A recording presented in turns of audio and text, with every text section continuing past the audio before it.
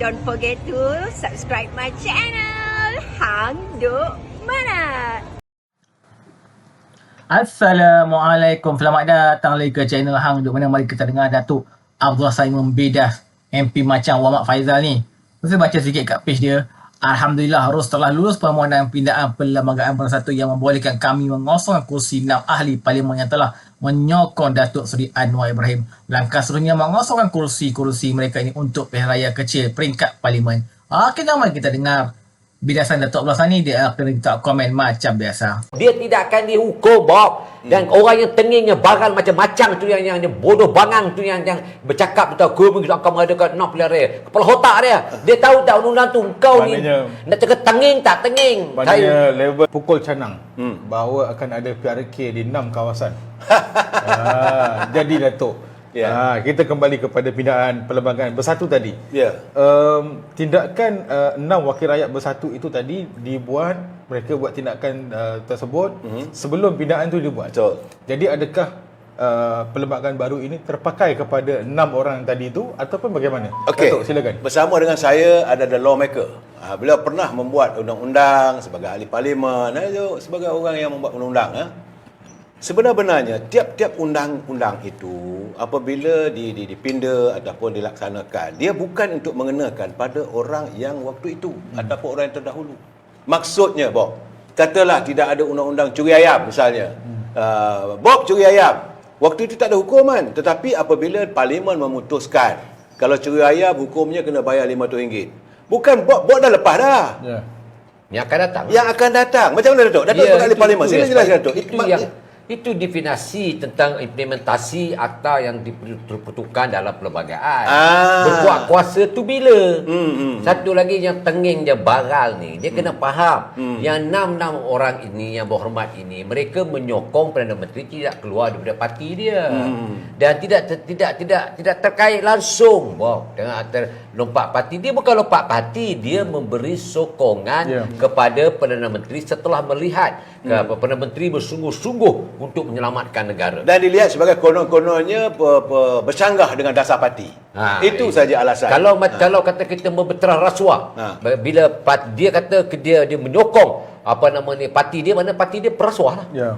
Kalau dia parti dia, Anwar melawan pencuri, maknanya parti dia pencuri lah, sebab dia tidak menyokong apa yang Anwar buat. Nampak ke begitulah.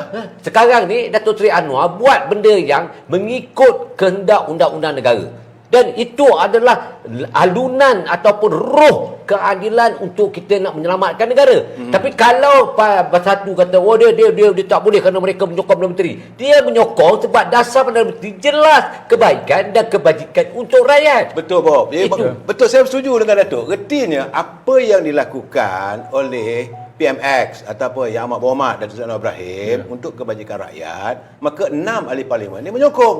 Contoh, sebagai contoh, pemberian bantuan, kemudian pindaan berhubung tentang usaha untuk memerangi rasuah. Bila Datuk Abdullah mengatakan bahawa usaha kerajaan hari ini mau memerangi rasuah, jadi 6 orang ahli parlimen ini bersetuju. Okey, jadi menyokong. Jadi apakah pimpinan parti mereka tak bersetuju tentang untuk menentang rasuah? Itu parti mereka lah yang kuat rasuah.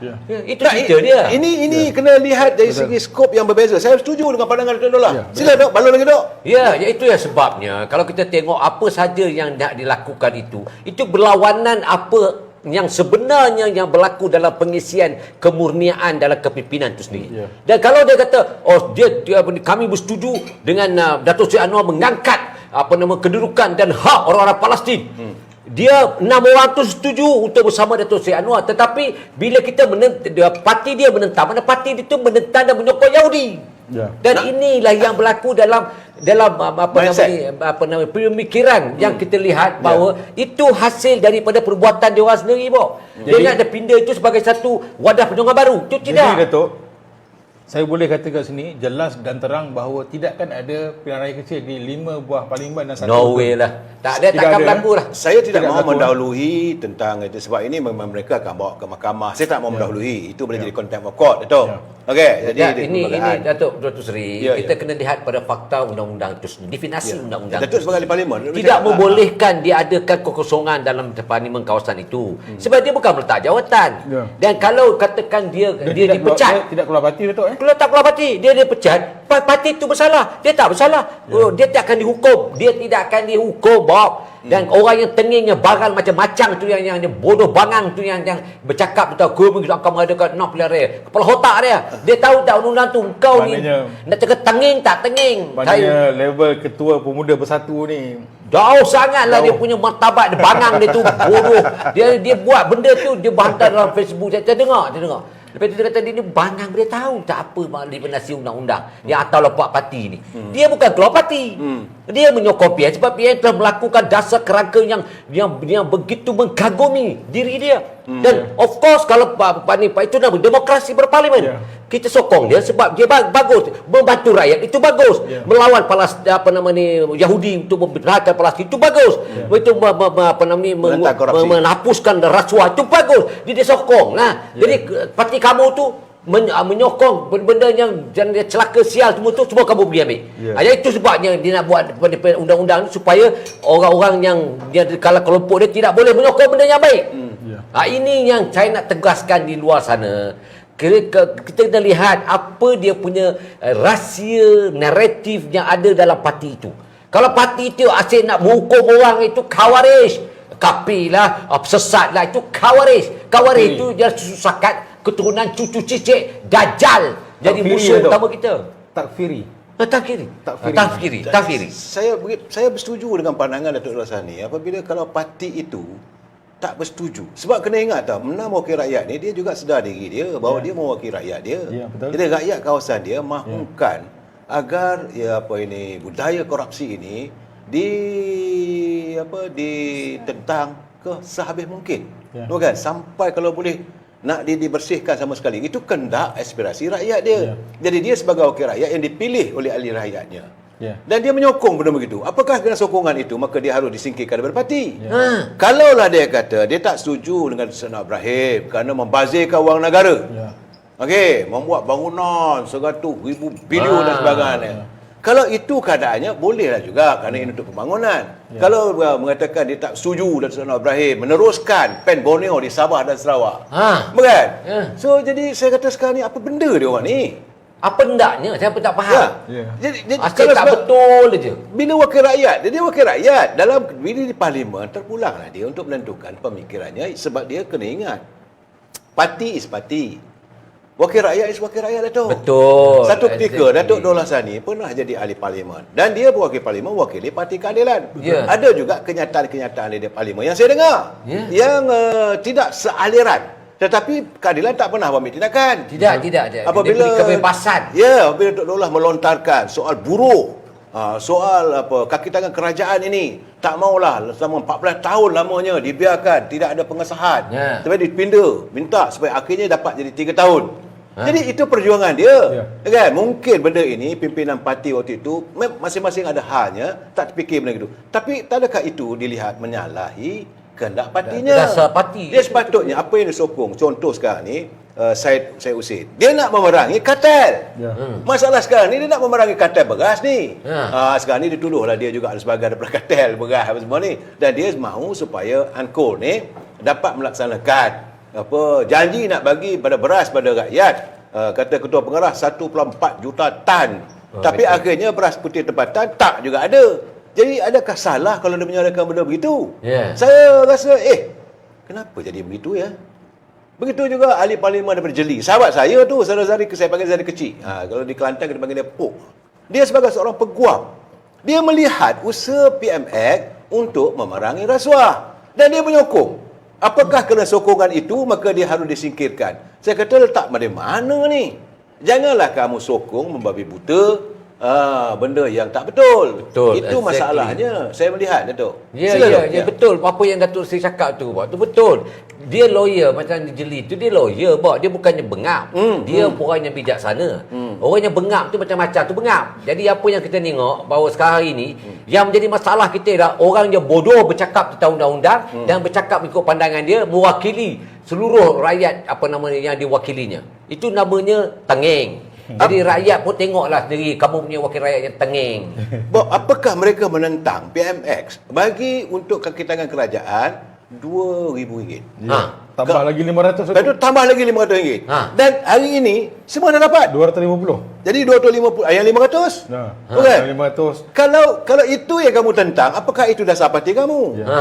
Sebab dia menyokong tindakan PMX selaku Perdana Menteri dan juga Menteri Kewangan. So dia begitu prihatin. Apakah dia menentang apabila PMX sendiri semalam Fahmi Fadzil dah buat kenyataan. Menteri-menteri kena turun ke ground. Tengok di kawasan. Dia tak mau lagi nak dengar rungutan rakyat dan sebagainya. Menteri kena dengar, tak mau buat keputusan di atas. Apakah keputusan itu tak boleh disokong? Kalau dia sokong, apakah itu bertentangan dengan dasar parti dia? Jadi parti dia nak menentang apa benda ni? Bob. Saya rasa kalau parti mereka memerintah pun, mereka akan gunakan dasar yang sama dia tu. Ya, itu kau berlaku lah. Maksudnya begini, mereka juga akan gunakan sehabis baik untuk bantu rakyat.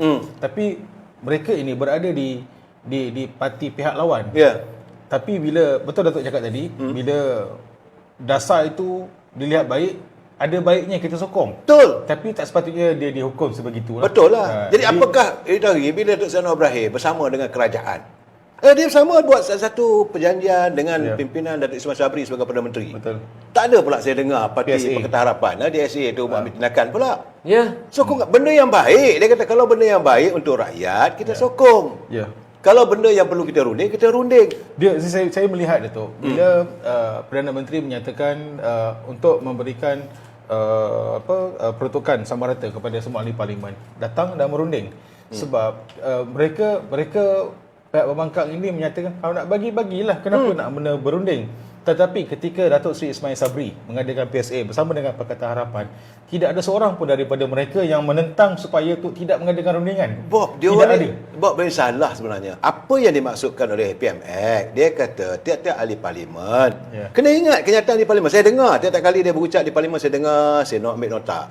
Dia kata ahli-ahli wakil rakyat, sama ada kamu dari pembangkang ke atau dari kerajaan, berunding dengan Datuk Fazllah Yusof. Betul. Okey, kalau untuk kebajikan rakyat silakan. Tetapi kalau kamu merasakan bahawa kerajaan mesti bagi masuk dalam poket wakil rakyat, nahi kabinahi. Betul. Itu kenyataan dia. Artinya bukanlah duit rakyat nak masuk poket wakil rakyat yang diagihkan. Sebab kan ada wakil rakyat bercakap bila orang mati pun nak bagi duit, orang kahwin nak pergi bagi duit. Itu tak boleh. Itu tak boleh dia kata. Tetapi kalau untuk daerah itu, kawasan yang diwakili, Bob, apa berlaku di Kelantan sekarang? Berapa banyak wang dibagi untuk pembangunan, tak selesai lagi pun. Contoh macam air. Saya dah bercakap 2-3 malam. Masih lagi ada lagi air yang tak ada bulan puasa ni. Sampaikan dia punya warga yang di luar nak balik ke tak balik, masalah air. Berartinya pada dia kalau untuk pembangunan untuk rakyat dia bagi. Betul. Sebab itu dia kata berunding lah. Tapi masalahnya itu yang dia tak setuju untuk berunding. Ya, sebenarnya begini Datuk. Saya rasa sebenarnya ahli-ahli parlimen yang pembangkang sekarang ini, kebanyakannya pernah jadi parlimen pekerjaan sebelum ini. Semua dah biasa. Dah pernah pun. Mereka pun tahu istilah yang digunakan, iaitu peruntukan khas Perdana Menteri untuk kawasan. Bukannya peruntukan ahli parlimen. Peruntukan khas Perdana Menteri. Terpulang kepada menteri nak berikan kaedah apa melalui ahli parlimen. Ini satu kenyataan, Bob. Kenyataan daripada duta besar kita di England. Dia di bab 1 di New York. Dia dulu pernah jadi menteri undang-undang. Saya panggil Chief lah. Yang Datuk Nazir Aziz. Tuan yang utama Datuk Seri Nazir Aziz. Dia kata apa? 6 ahli parlimen bersatu tidak perlu kosongkan kerusi. Betul. Itu pandangan dia. Dia sebagai orang ini jangan main-main.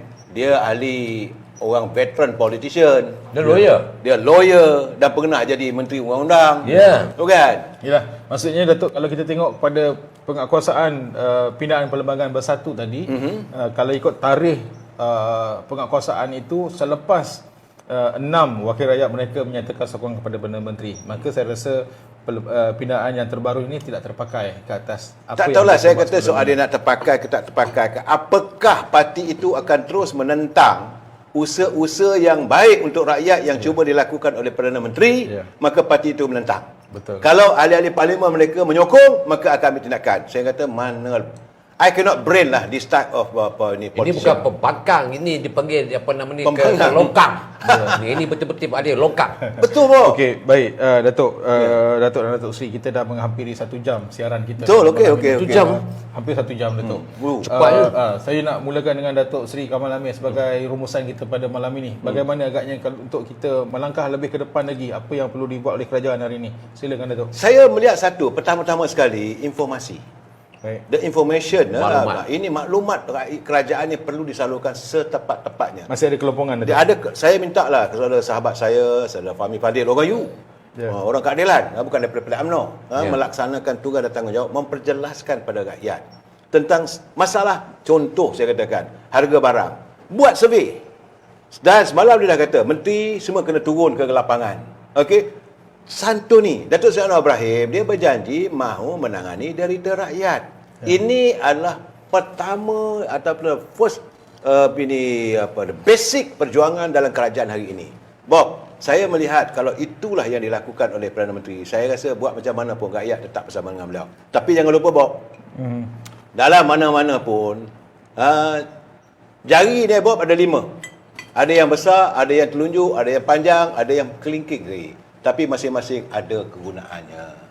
Ibu jari kata baik, tunjuk nak tunjuk. Tapi bila kamu tunjuk kat orang, 3 lagi kena pada kamu. Ini yang berlaku pada ni walak-on ni. Saya malas sebut mereka walak-on. Kan? Tapi itulah mereka sekarang ni cuba untuk menafikan. Dan saya kadang-kadang bersipati lah, walaupun beliau bukan ahli UMNO. Dia sekarang ni pemimpin Parti Keadilan, tapi mantan Presiden UMNO. Tapi sebagai saya satu je, kalau benda yang baik-baik lah, itu dia kena sekarang ni, Presiden saya lebih teruk lagi. Teruk, saya tengok macam-macam dia orang katakan pada dia. Biasa, Datuk. Tapi Alhamdulillah lah sekarang ni, Datuk, untuk pengumuman Datuk, dia masih lagi berada di Tanah Suci. Di Tanah Suci. Begitulah dia dimaki hama, dia setiap kali bila datang bulan puasa, dia akan mengerjakan umrah di 10 malam terakhir untuk berada di Tanah Suci Mekah. Cuma tak dapat waktu zaman Atuk dengan Zaman Tan Sri Muhyiddin tak dapat pasport. Baik, tadi Datuk Seri kami sebut ada kelompongan dalam informasi kita. Itu Datuk. penting. Saya nak kongsikan petikan Saidina Ali. Kebenaran yang tidak tersusun akan dikalahkan oleh kebatilan yang tersusun. Betul. Jadi ini benda Bukan yang kebatilan, pembohongan yang tak tersusun. Kebatilan Betul. dan Pembohongan. termasuk fitnah dan sebagainya. Ya. Dan apapun 1000 kebaikan yang kita buat akan dikalahkan dengan 1 fitnah yang Betul. dirajang, Datuk. Betul. Maksudnya betul lah, saya setuju. Memang informasi kita ada sikit kelompongan. Dan satu lagi, Banyak dan satu lagi yang kedua, satu lagi. Kita kena berhati-hati sebab hari ini Perdana Menteri menyatakan bahawa kerisauan beliau bagaimana musuh daripada Mossad boleh berada dalam negara kita. Dan hari ini dia tegur, dia bukan dia tegur pada Menteri Dalam Negeri, Datuk Seri Saifuddin Nasution daripada Keadilan, malah dia tegur juga Menteri Pertahanan, Datuk Seri Khalid Nordin. Dia kata kedua-dua kementerian ini mestilah mempertingkatkan wibawa pertahanan negara. Jadi saya nampak Yang Amat Perdana Menteri, dia tak runsing tentang diri dia. Dia runsing bagaimana musuh-musuh boleh menyelundup masuk ke negara kita ni. Itu yang perlu ditangani. Yalah, kita serahkan kepada kebijaksanaan pasukan penguatkuasaan undang-undang dalam memastikan keselamatan terutamanya kepada rakyat Malaysia. Dalam kita nak sambut Hari Raya Aidilfitri. Betul. Baik, Datuk, penutup, silakan. Seperti mana yang kita lihat daripada apa yang berlaku sampai kepada bulan Ramadan Al-Mubarak ini, masih lagi berluasa fitnah dan juga kedurjanaan, kecelakaan minda ini berlaku, dan ketapsuhan daripada mereka ini benar-benar telah menghasilkan kerunsingan rakyat. Maka saya tegas bahawa penguatkuasaan itu harus bersepadu dan memastikan bahawa kekuatan tindakan dan penguatkuasaan itu perlu diambil dengan kadar yang tegas dan keras, dan pastikan bahawa keamanan negara ini terjamin. Dan saranan Perdana Menteri itu memang memberikan kesan untuk kita nak memastikan keharmonian kita tidak terjejas. Maka yang di luar sana kalau mendengar daripada pandangan-pandangan persepsi yang negatif daripada mereka-mereka yang diracuni dendam, kesumat dan dengki busuk hatinya, kita anggap mereka ini sudah tergelincir daripada landasan perjuangan Islam yang sebenar. Saya mohon rakyat di luar sana bersyukurlah, merasai syukurlah apa yang telah dibuat hari ini untuk penambahbaikan. Dan saya nak tegaskan, jangan dengar fitnah yang keterlaluan, jangan mengambil apa saja pandangan daripada mereka yang cuba nak menjahanamkan negara dan agama ini. Saya harap rumusan ini akan mencerminkan Allah tidak akan merubah nasib kaum itulah akan merubah nasib mereka. Kita komen saya nanti kita lihatlah ke anak-anak MP ni yang menyokong Datuk Seri Ibrahim ni terlucut atau tak kursi mereka apabila mesti dia akan dibawa ke mahkamah biar mahkamah tentukan. Tapi kalau mahkamah lah tentukan bukan sehari 2 hari, lambat lagi lah, setahun 2 tahun lagi baru keluar result dia lah. Okeylah tuan-tuan, mari terus menyokong kerajaan pada PMN Ibrahim. Assalamualaikum.